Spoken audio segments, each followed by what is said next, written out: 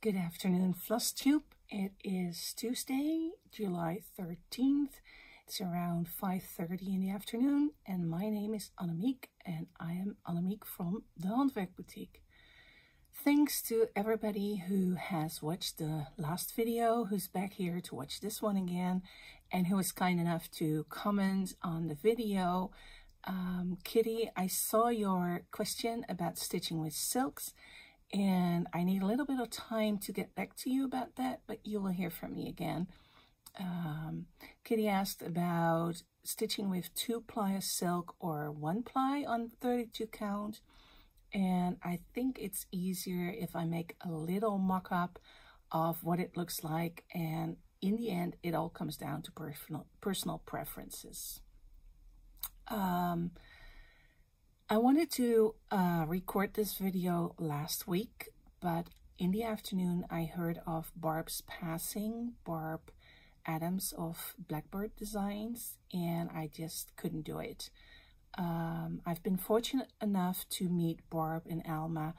Every year I went to the show in Nashville, and they're both wonderful people. It's really sad that we lost one of the very warmest, kindest, creative persons. And yeah, I cannot imagine what it's like for Alma to lose somebody you've worked with so much, who has become such a part of your life. I know that we will all miss her very, very much. I'm thinking of stitching a piece of Blackbird Designs in honor of Barb. I've seen some people have already done that, and I think it's a very fitting tribute to a wonderful and creative soul. Feels always a bit awkward to talk about stitching after something like this happens, but well, here we go.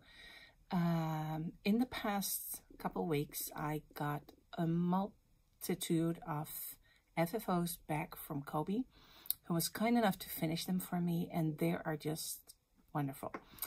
I don't think I've ever received this many FFOs back on one day, and it felt a bit like Christmas and my birthday on the same day. So without much ado, here's the first one. This one is Bouquet 1813 by Samplers Not Forgotten. It's a kit that I picked up in Nashville, and it comes with the beautiful backing, the ribbon, and of course the fabric and threads and the design. It's part of the English Garden sampler, and since that one is way too big for me to stitch, this was a good alternative, and I really love how it turned out. Kobe ruched the ribbon beautifully, so we don't have the kit in the shop at the moment, so it's going upstairs in my living room, and I can't wait to have it in my dresser there and enjoy it every day.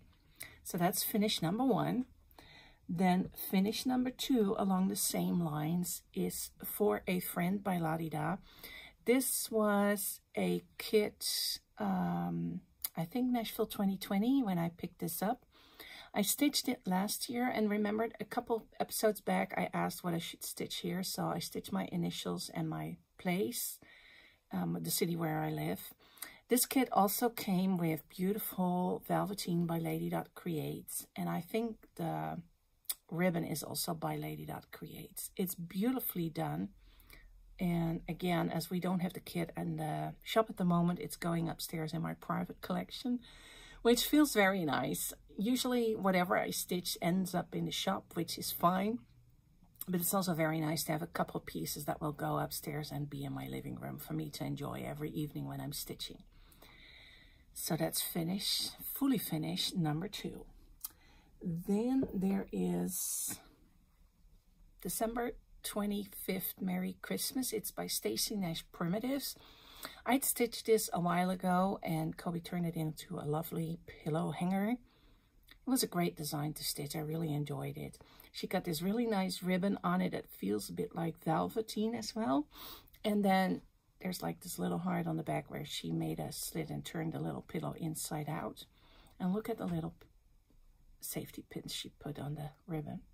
It looks amazing. I really, really enjoy it. So this one will end up in our Christmas collection. And when we decorate the shop for Christmas, sometime November, then it'll be out again. The next thing that she finished were these two mittens. These are graphs by Cross-Eyed Cricket. And I think 2 or 3 years ago, we did this as a club. People would get one graph every month with the fabric and the floss, instructions on how to finish it. And some of the designs have like a little stitched ribbon over here. And we came to the conclusion that it didn't look very nice with the others in the way they were finished. So Kobe unpicked this for me, frocked it, and then finished them the same way as we have finished the other mittens as well. These are just great stitches. It takes a little bit more time than you think because it's solid stitching, but it was a lot of fun. So, and here's the Scotty. It was just really fun. And then finally, like the pièce de résistance, my schoolhouse pin drum by Heartstring Samplery. So I stitched my initials and the initials of the shop. And then you turn it around. It says 2020. That's when I stitched it. And she added a few little bells and a key because she thought that was very fitting for the house. This was quite a bit of stitching, but I love how it turned out. And I can't wait to put it here in our little cabinet in the shop and enjoy it. It's really a beautiful piece. Here, there's a little piece of thread. So that's that. Then I have another finish that I have, I've had that for quite a while and never shared it.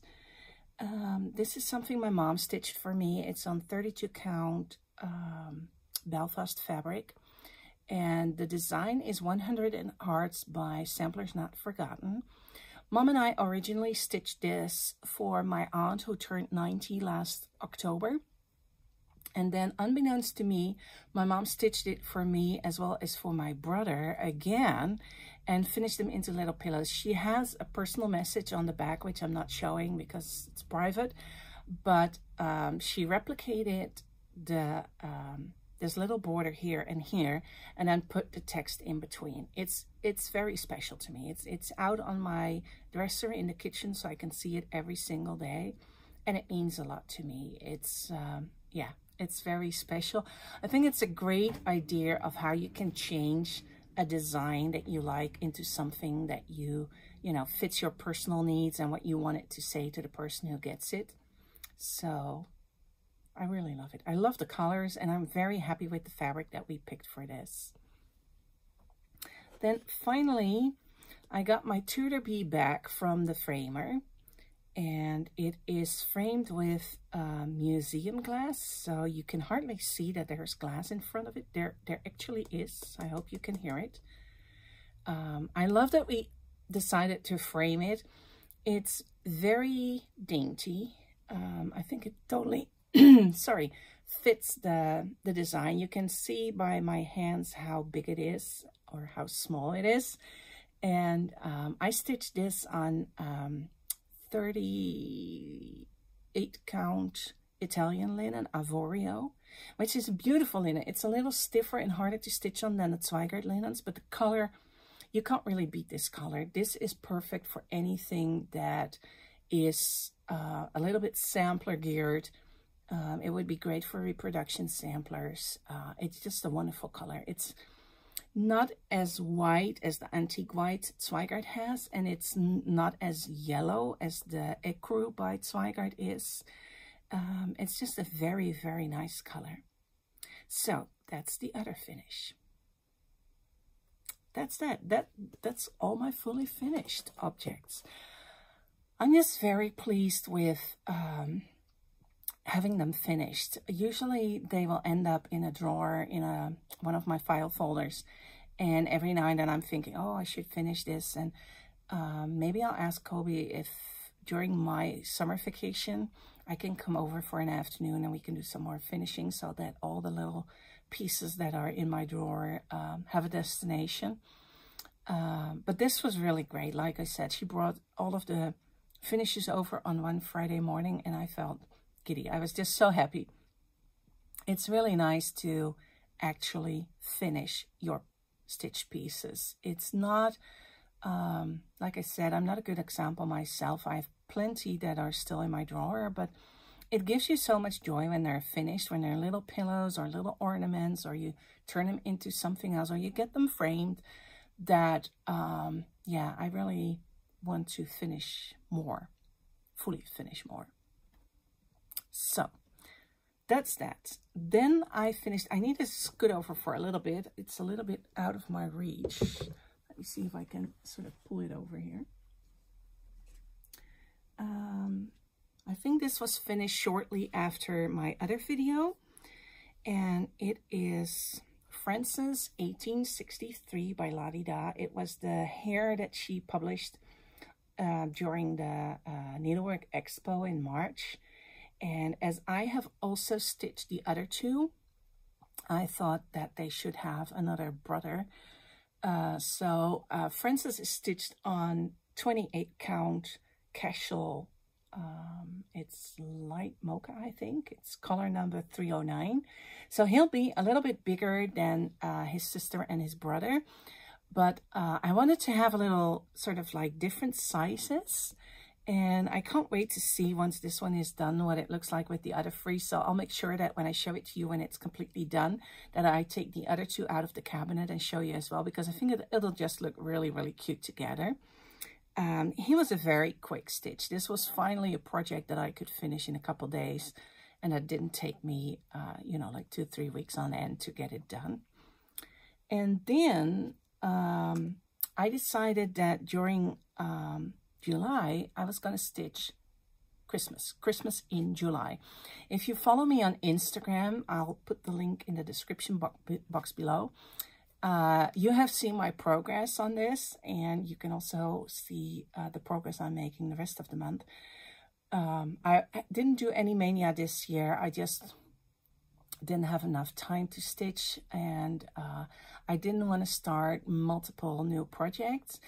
But Christmas stitching holds a very special place for me in my heart, because I really enjoy stitching for Christmas. And I could really do this all year long. Of course, there are other projects that, you know, catch your attention and that you just want to start. But I thought it would be nice to use the month of July to work on 4 different Christmas projects, see how far I would get, and then at the end of the month, take stock and see what I'm going to do in August.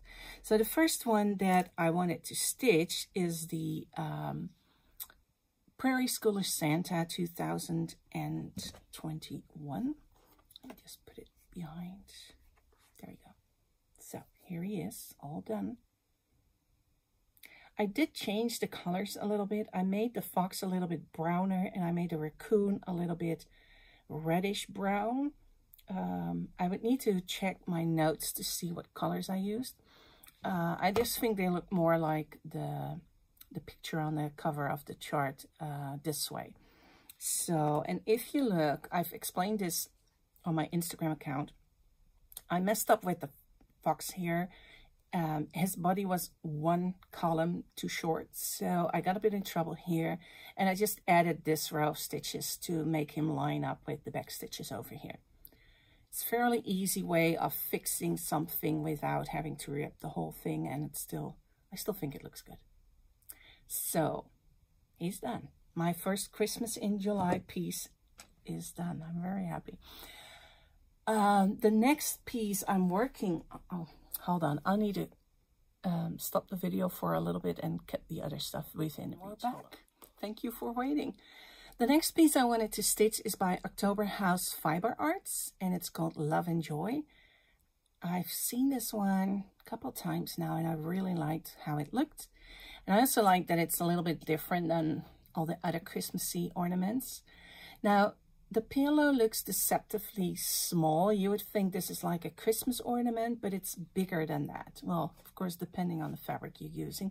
But if you're stitching this on like a 32 count, I think it's going to be something like 15 centimeters by 10, or in inches, 6 by 4 inches, which was a little bit too big for what I had in mind. I wanted something smaller, so I decided to start stitching it over 1. So I'm working it over 1.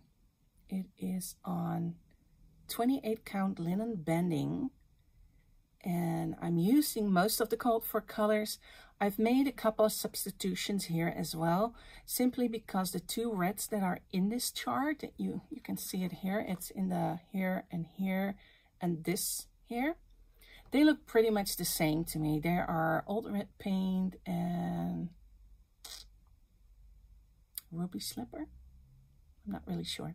Anyway, they were just too close to each other, so I substituted the lighter color to Old Brick by Sampler Threads, and I think it looks really cute. So here's how far I am, and I'm kind of hoping, I started it last Friday, so I'm kind of hoping that by come Friday this week, I might get it done.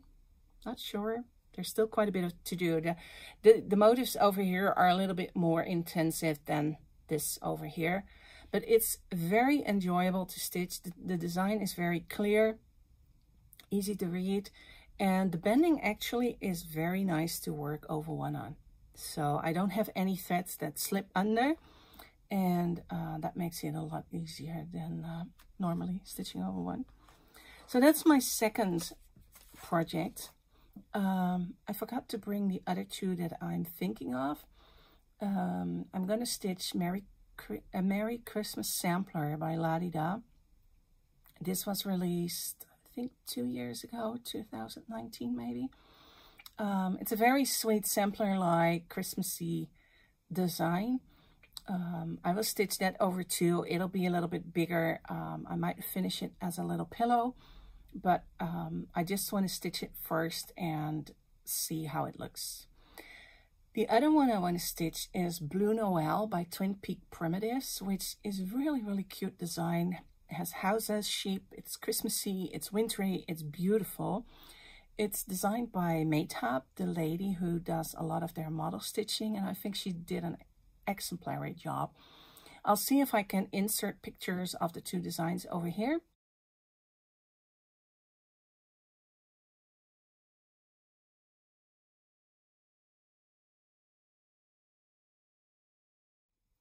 My idea is that I work on each Christmas project for a week, start a new one, work on it for another week, and then at the end of July, I'll see how far I am. Like I said, I finished the Prairie Schooler in time. Not sure about this one, whether it gets done in time or not, but it's not going to be a race. It's something that I would like, but if it doesn't happen, it doesn't happen. So we'll see. My summer vacations don't start until mid-August, and I'm really looking forward to that. I'm hoping that in August I can do a bit more stitching than what I normally do. We won't close the shop. We probably will leave the web shop open. It just might be that for about 2 or 3 days, we will just have a delay in sending out packages. Other than that, everything will just continue as normal, but it will be nice to, on the days that the shop is not open, that I have time to do a little bit more stitching than what I usually do. Yeah, I'm really looking forward to that. Then I have my Hannah Jenkinson project. It's the sampler I'm stitching on Sundays with my friend Bernadette. This is the sampler. It's a gorgeous sampler. It's just that the eyelet alphabets here, the Algerian eyelets. I know I've moaned about this before, but it really does take forever. It takes me about half an hour to 45 minutes to do 1 letter. So considering we stitch for about an hour and a half on Sundays, that means I can get 2 letters done, and that's about it. I set myself the task of finishing the alphabet in June, and as you can see, that didn't completely happen. I'm sorry. I'm getting close. So I haven't ironed it. This is the sampler. Hold on.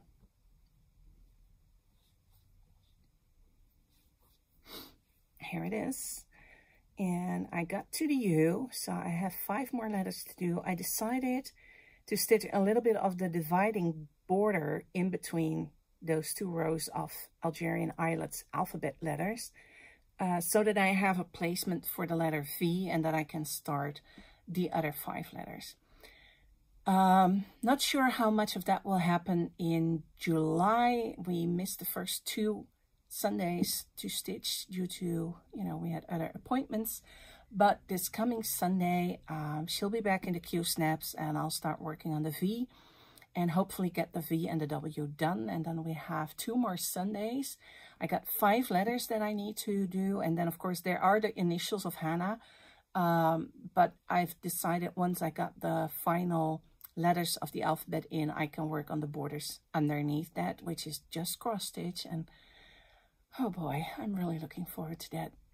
The Algerian Islands look great. They really, really do. They just take a lot of time. And maybe it's just me, but these are Algerian Islets, difficult word, where you stitch 16 stitches in one eyelet. So it's not just 8 where you skip every other thread, but you go through every single thread, which make them really nice and plumb, but it does take a lot of time. And for me, there's no sewing method. I really have to stab and stick because otherwise it doesn't look good. So that's Hannah Jenkinson. And then I have a surprise for you. I think it was in June that I watched a Flosstube. I think it was Lisa from Kindred Stitcher who mentioned something about stitching on a project 1 strand a day. Might be somebody else. I'm sorry if I have it wrong. But I really liked that idea. And I thought, okay, I need to find a sampler that I can work on, preferably something in 1 color. So I looked and found Louis König, which is a German sampler, I presume. And she is by Stacy Nash Primitives. She finished her as a scissor fold. It's not what I'm going to do. I'm just going to stitch her and frame her. But this is kind of like my surprise project. There was no planning involved in it. This was just, I really wanted to start a red sampler and get going. So contrary to what I normally do, where I would finish a whole band, I just stitched 1 strand and then moved on to the next band. So every day I would do 1 strand and move on to the next row. Now, here when I stopped stitching, I realized that I didn't know how far out this would be. So I decided to finish these 2 rows first and then work on this one a bit more. And I sort of, you know, skip around. I pick it up and I look at it and I'm like, oh, what do I want to stitch now? What I really like is that she puts points after her alphabets. So she got it over here, after the 0 here. Here is another point here and here, which I think is really funny. I haven't seen it on a lot of, especially red samplers. Don't know about other samplers, but I haven't seen that very often. The kind of funny thing with this chart is that König in German means the same as Koning, my last name, in Dutch. It means king. And I thought it was very fitting to stitch Louise König's sampler, as it's it's probably as close to my last name as I can get.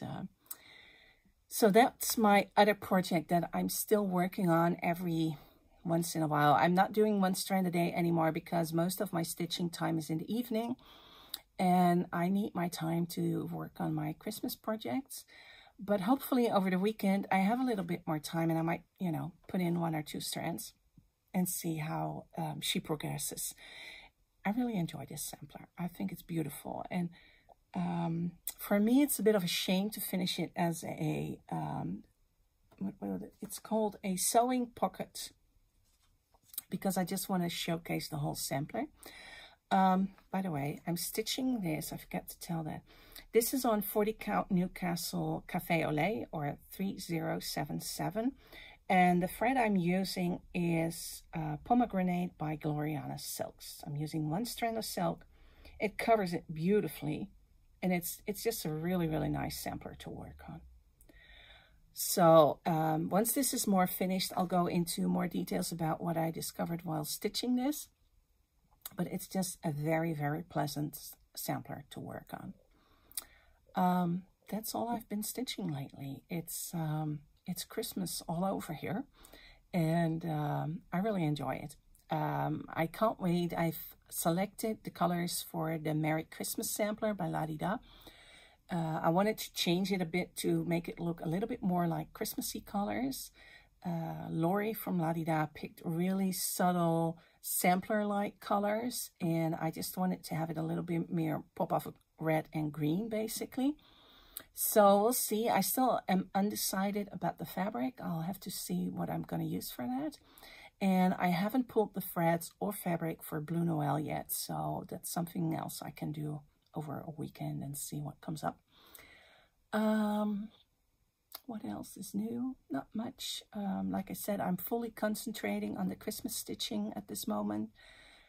Plans for July, for August, I'm hoping to do another Flosstube video at the end of July to show you how far I got with my Christmas stitching. And by then I will also discuss my plans for August. I do have some plans, so we'll see how that goes. For now, I wish you all the best. Give everybody you love an extra hug. I hope it's possible by this time.